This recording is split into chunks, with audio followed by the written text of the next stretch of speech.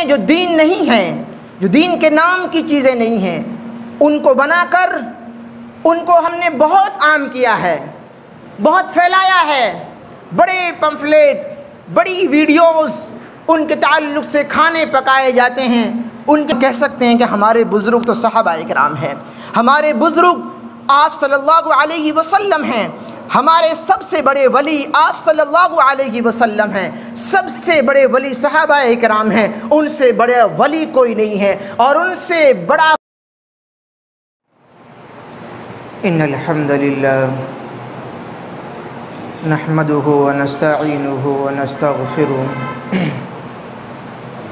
ونعوذ باللہ من شرور انفسنا وسیئات اعمالنا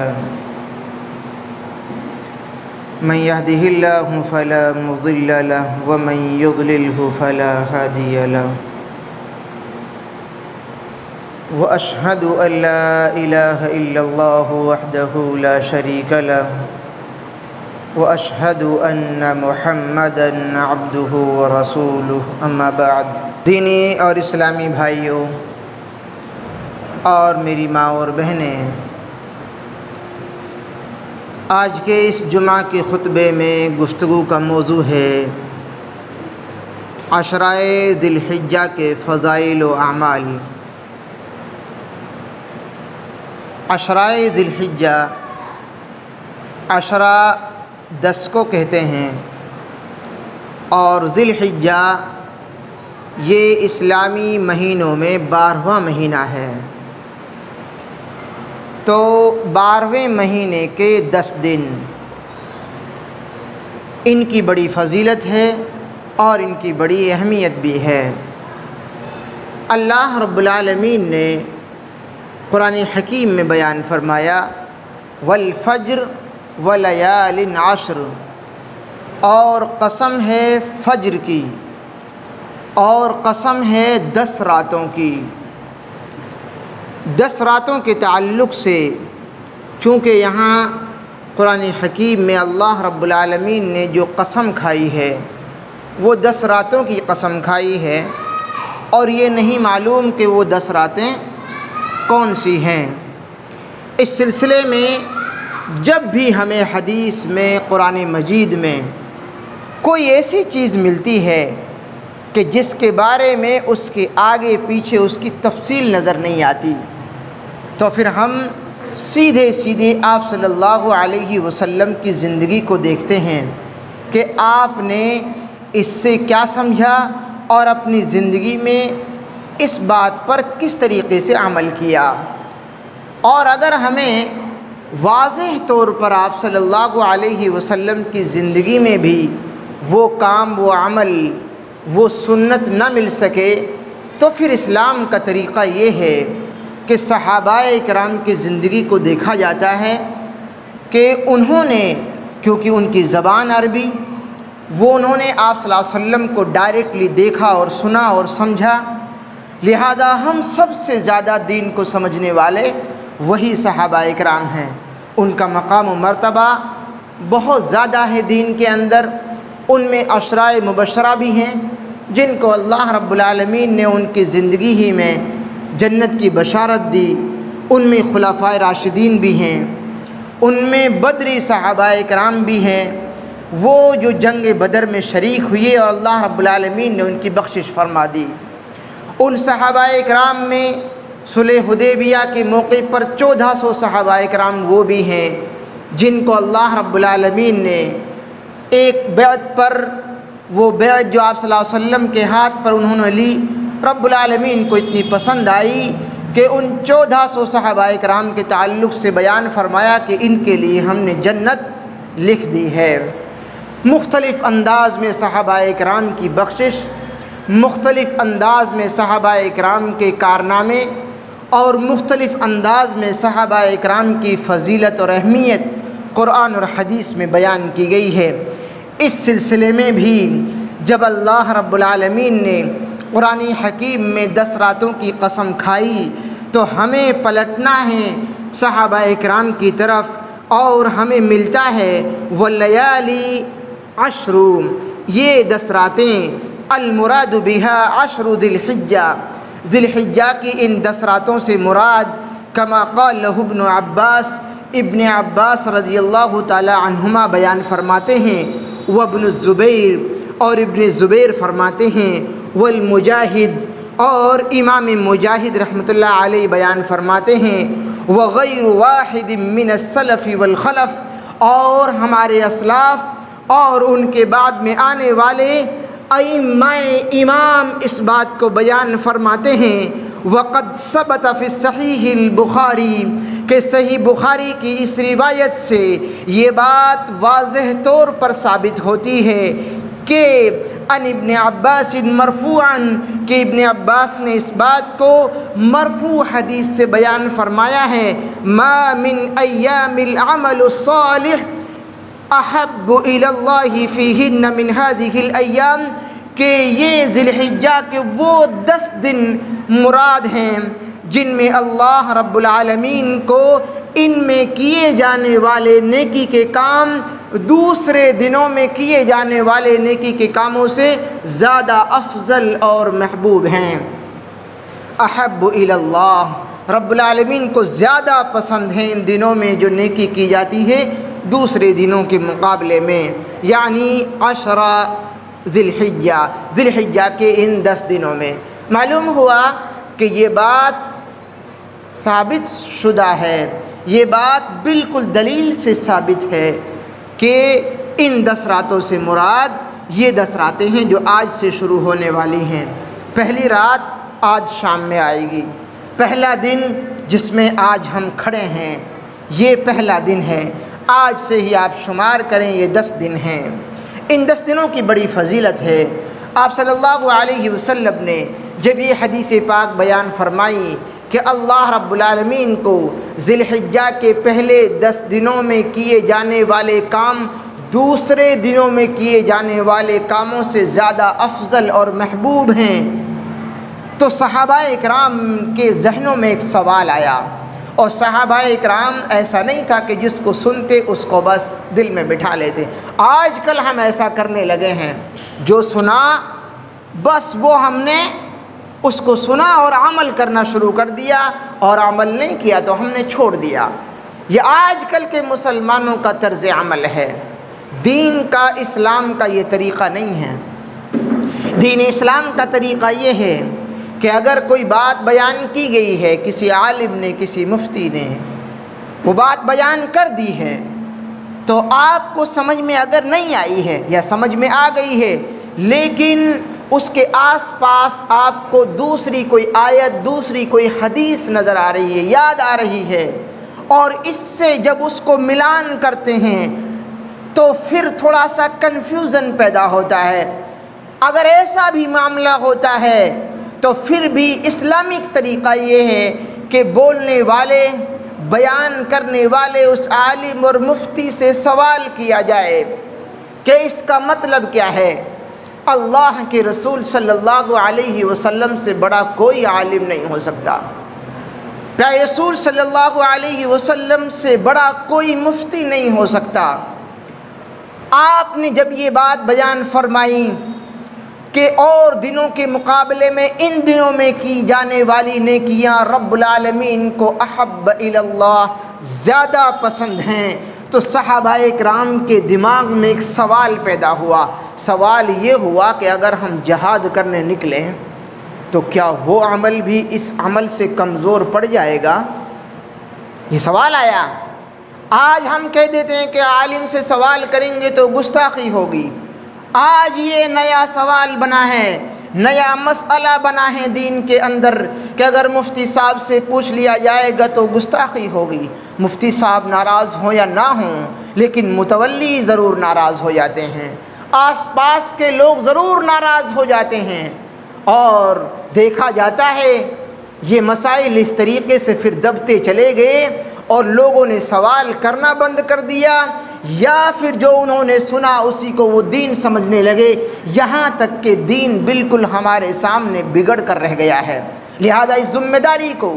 جو یہ طریقہ اسلام ہے، جو پیارے رسول صلی اللہ علیہ وسلم نے صحابہ اکرام کو یہ طریقہ سکھلایا، اس طریقے کو اگر عوام نے، لوگوں نے نہیں اپنایا تو پھر یہ بچا کچا دین بھی ہمارے درمیان میں نہیں رہ پائے گا۔ لہذا اس ذمہ داری کے ساتھ اسلام پر عمل کیا جائے، اس ذمہ داری کے ساتھ اسلام پر عمل کرتے ہوئے اسلام کو سمجھا جائے، اسلام کو سیکھا جائے۔ صحابہ اکرام کے درمیان میں یہ سوال آیا اور پوچھا، قالوا ولا الجہاد فی سبیل اللہ، اللہ کے رسول اگر اللہ رب العالمین کے راستے میں جہاد کے لیے نکلا جائے تو کیا جہاد میں نکلنے کا ثواب ان دنوں میں کی جانے والی نیکیوں سے کم پڑ جائے گا؟ آپ کے کہنے کے مطابق آپ صلی اللہ علیہ وسلم نے یہ نہیں کہا کہ گستاخی ہو گئی ہے، اس طرح نہیں بولنا چاہیے۔ دین کی جو بات ہم نے بیان کر دی وہ بس آخری ہے، جیسا آج کل بولتے ہیں مفتی صاحب، جیسا آج کل بولتے ہیں ممبر و محراب پہ کھڑے ہو کر مائک پر، ایسا نہیں بولا آپ صلی اللہ علیہ وسلم نے، بلکہ بیان فرمایا قال ولا الجہاد فی سبیل اللہ، اے میرے صحابہ ہاں معاملہ ایسا ہی ہے، جہاد میں نکلنا بھی کم ثواب ہے ان دنوں میں کی جانے والی نیکیوں سے، سوائے اس شخص کے جو جہاد میں نکلا، الا رجلا خرج بنفسه وماله، اپنے مال کو اپنی جان کو لے کر نکلا جہاد کے اندر، ثم لم يرجع من ذلك بشيء، مگر جب واپس آیا تو نہ مال واپس آیا نہ اس کی جان واپس آئی۔ اگر ایسا کوئی شخص ہے دین اسلام کے راستے میں نکلا ہے، ایک امیر کی روشنی میں جو جہاد کے اصول اور ضابطے ہیں ان کی روشنی میں آگے وہ نکلا ہے، تو پھر وہ اپنی جان اور اپنے مال کو گنوانے کے ساتھ واپس آتا ہے، تو پھر ان 10 دنوں میں کی جانے والی نیکیوں سے اس کا ثواب بڑھ کر ہے۔ اندازہ لگائیے ان 10 دنوں کی فضیلت اور اہمیت کتنی ہے، اندازہ لگائیے جہاد کا ایک عمل اور جس کا خون زمین پر ٹکنے سے پہلے پیارے رسول صلی اللہ علیہ وسلم کا فرمان ہے کہ اس شخص کے حق میں جنت لکھ دی جاتی ہے، اس کے اوپر اب جنازے کی نماز نہیں پڑھی جائے گی، اس کا اب غسل نہیں دیا جائے گا، یہ حقیقی شہید ہے۔ اس کے مقام و مرتبے کے تعلق سے بھی صحابہ اکرام نے سوال کیا تو اس میں سے ایک باریک لکیر نکل آئی۔ ان 10 دنوں کی فضیلت و اہمیت کو سمجھنا بے حد ضروری ہے، اور ان 10 دنوں کی اہمیت اور فضیلت کیوں نہ ہو جبکہ خود اللہ رب العالمین نے ان 10 دنوں کی راتوں کے تعلق سے قسم کھائی ہے، والفجر ولیال عشر، اور قسم ہے 10 راتوں کی، رب العالمین قسم کھائے راتوں کی۔ ایک سوال اور بنتا ہے، یہ سوال صحابہ اکرام نے تو نہیں کیا لیکن ہمارے آس پاس کے ذہنوں میں یہ سوال ابھرتا ہے کہ وہ راتیں 10 رات جو جن میں شب قدر ہوتی ہے، 21ویں 23ویں 25ویں 27ویں اور 29ویں رات، وہ راتیں جو رمضان المبارک کے آخری عشرے میں آتی ہیں، وہ راتیں جن میں جبرائیل امین اپنے لاؤ لشکر کے ساتھ میں زمین کی طرف اترتے ہیں، ان راتوں کے تعلق سے کیا سوال ہے؟ مفسرین اور محدثین اس سوال کے جواب میں جواب دیتے ہیں کہ 10 دن اگر افضل ہیں سب سے زیادہ تو پھر وہ یہ 10 دن ہیں، اور اگر رات افضل ہیں 10 تو پھر وہ رمضان کی آخری عشرے کی 10 راتیں ہیں، لہذا دن سب سے زیادہ یہ ہیں اور رات سب سے زیادہ وہ ہیں، اور دوسرے نمبر پر دن وہ ہیں اور دوسرے نمبر کی راتیں ان 10 دنوں کی راتیں ہیں۔ یہ جواب محدثین کی جانب سے دیا گیا ہے۔ ان حدیثوں کو دیکھتے ہوئے جو حدیثیں آپ کے سامنے پڑھی جا رہی ہیں، حدیث پاک یہ ہے، عن عبداللہ بن قرط عن النبی صلی اللہ علیہ وسلم قال ان اعظم الایام عند اللہ تبارک وتعالی یوم النحر ثم یوم القر۔ عبداللہ بن قرط رضی اللہ تعالی عنہ بیان کرتے ہیں کہ نبی کریم صلی اللہ علیہ وسلم نے بیان فرمایا کہ دنوں میں سب سے عظیم دن رب العالمین کے نزدیک یوم النحر کا دن ہے، 10 ذی الحجہ کا دن ہے۔ یہاں دن کی فضیلت بیان کی گئی ہے۔ یوم النحر 10 ذی الحجہ، جس دن ہم عید الاضحیٰ دوگانے کی نماز ادا کرتے ہیں، بقرعید کی نماز ادا کرتے ہیں، اسلام کا دوسرا اور آخری تہوار منایا جاتا ہے۔ 2 ہی تہوار ہیں اسلام کے اندر، تیسرا کوئی تہوار نہیں ہے۔ چاہے وہ مفتی نے بنایا ہو یا عالم نے یا پبلک نے بنا دیا ہو یا پبلک کا نربھر انہی تہواروں پر ہو، کل روز قیامت صرف 2 تہواروں کے بارے میں پوچھا جائے گا، اس سے الگ کرنے والوں کو دوسری لائن میں کھڑا کر دیا جائے گا۔ سوال اللہ رب العالمین کے عظیم پیغمبر نے جواب دیا کہ یوم النحر سب سے عظیم دن یہ قربانی والا دن ہے، ثم یوم القر، اور پھر اس کے بعد میں 11ویں جو تاریخ ہے یوم القر وہ دن ہے۔ اس کے بعد میں فتح الباری کے اندر ارشاد فرماتے ہیں صاحب فتح الباری، والذی یظہر ان السبب فی امتیاز 10 ذی الحجۃ لمکان اجتماع امہات العبادۃ فیہ وہی الصلاۃ والصیام والصدقۃ والحج ولا یتأتی ذلک فی غیرہ۔ بیان فرماتے ہیں کہ ان 10 دنوں کی یہ فضیلت کیوں ہوئی،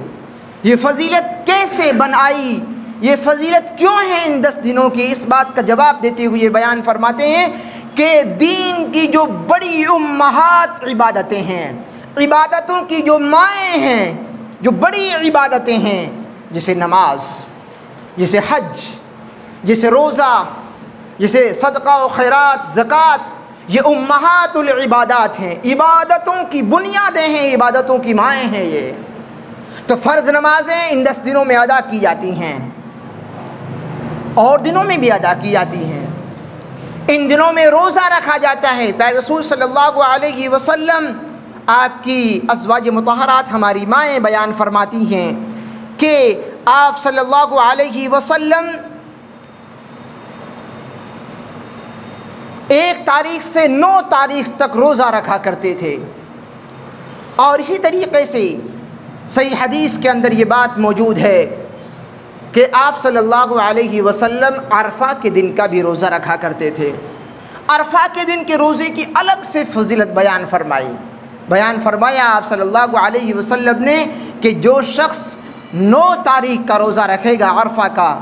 اس کے 1 سال کے اگلے اور 1 سال کے پچھلے گناہ معاف کر دیے جائیں گے۔ 1 دن کا روزہ اور 2 سال کی بخشش۔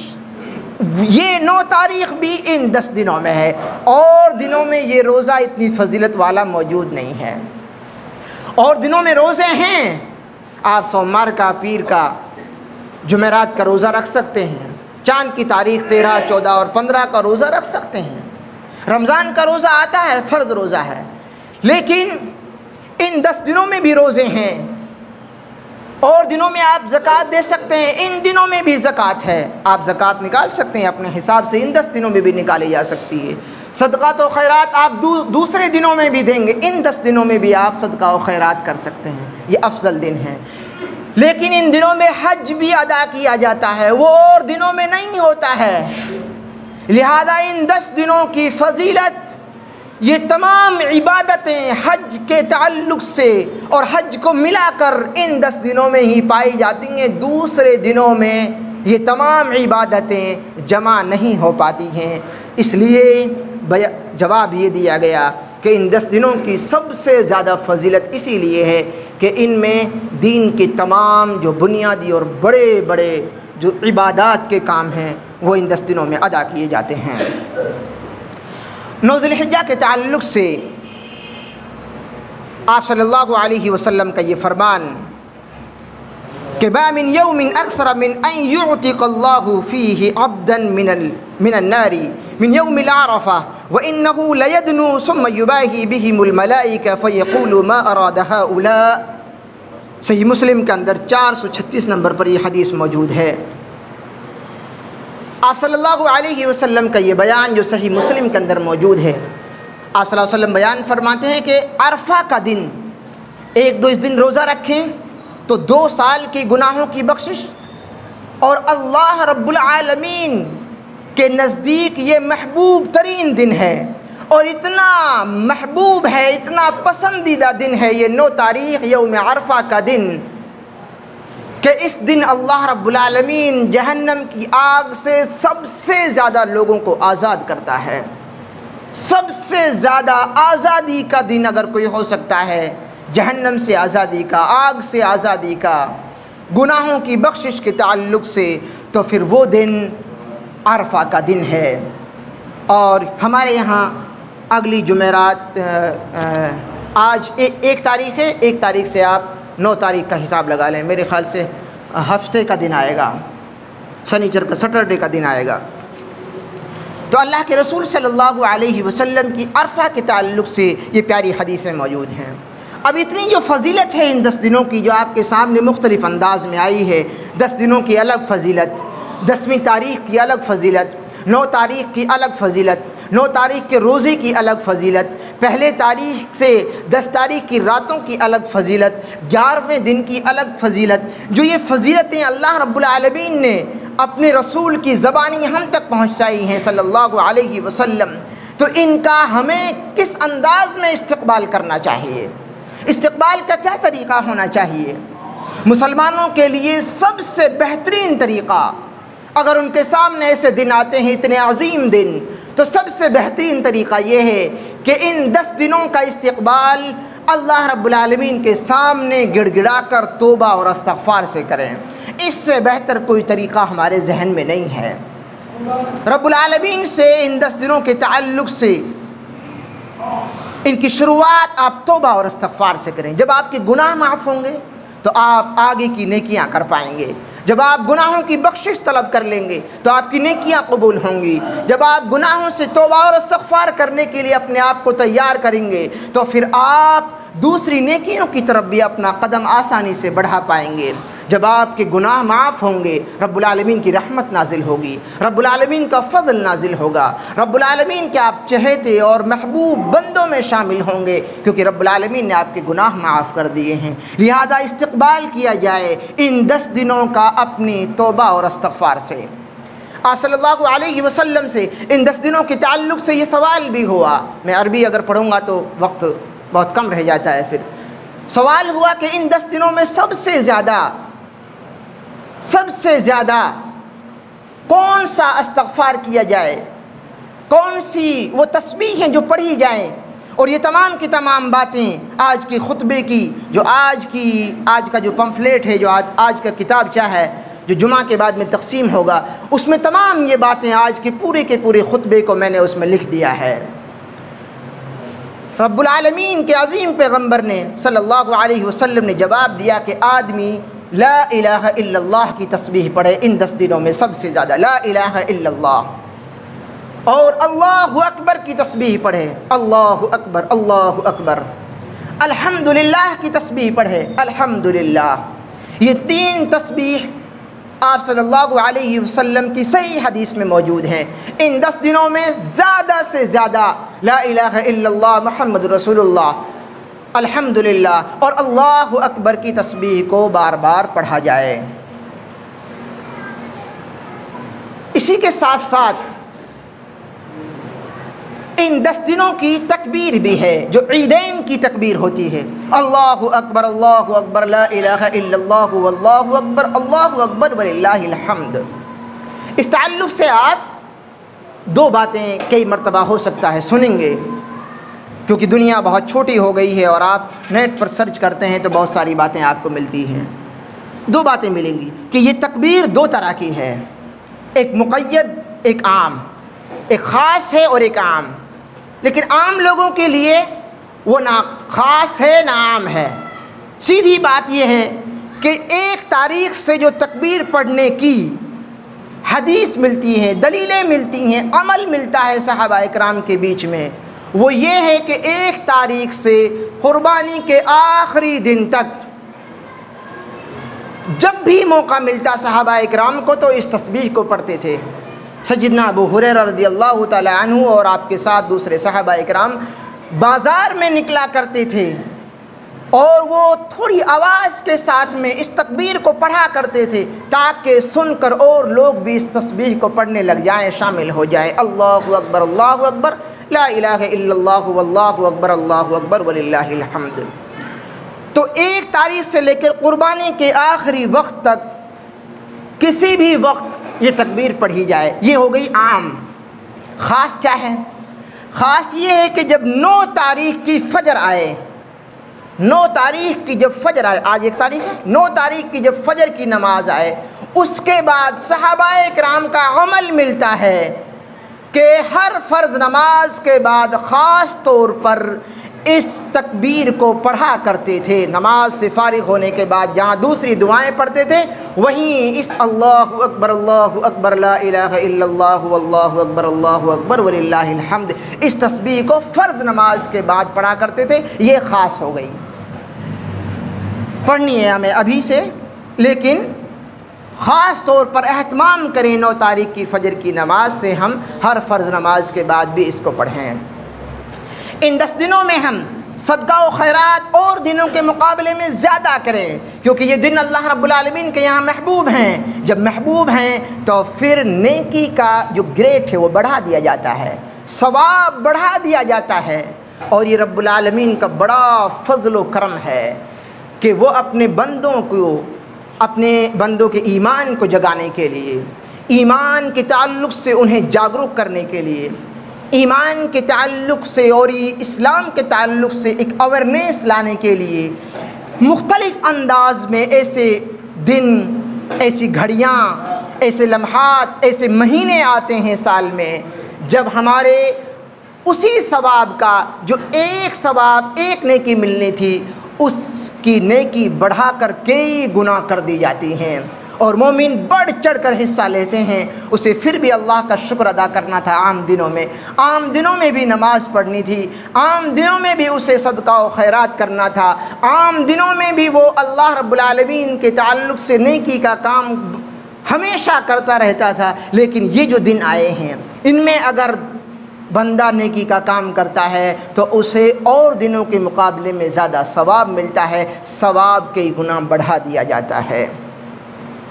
تو ان دنوں میں حج بھی ہوتا ہے۔ حج ایسا نہیں کہ آپ کبھی بھی کر لیں، عمرہ آپ کبھی بھی کر سکتے ہیں، لیکن حج کے 5 دن ہیں، اور 9 تاریخ سے 8 تاریخ سے حج شروع ہوتا ہے۔ 8 تاریخ، 9 تاریخ، 10 تاریخ، 11 تاریخ، تو 5 دن کا حج ہوتا ہے، اور وہ 5 دن اسی مہینے کے ہیں،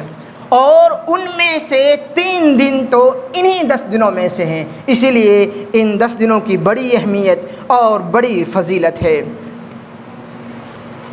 ان 10 دنوں کے تعلق سے جو آپ کے سامنے باتیں بیان کی گئی ہیں یہ خاص طور پر اس لیے بیان کی گئی ہیں، اور ان کو لکھ کر بھی آپ کے درمیان میں اس لیے بانٹا جا رہا ہے کیونکہ یہ سنت ہمارے درمیان سے غائب ہو گئی ہے۔ ہم نے جو دین نہیں ہے، جو دین کے نام کی چیزیں نہیں ہیں، ان کو بنا کر ان کو ہم نے بہت عام کیا ہے، بہت پھیلایا ہے، بڑے پمفلیٹ، بڑی ویڈیوز ان کے تعلق سے کھانے پکائے جاتے ہیں، ان کے تعلق سے روپیہ پیسہ اڑایا جاتا ہے، جس پر نہ ثواب ملنا ہے نہ اس پر دلیل ہے کوئی۔ اگر کوئی چیز ہے اس پر تو باپ دادا کا ایمان ہے۔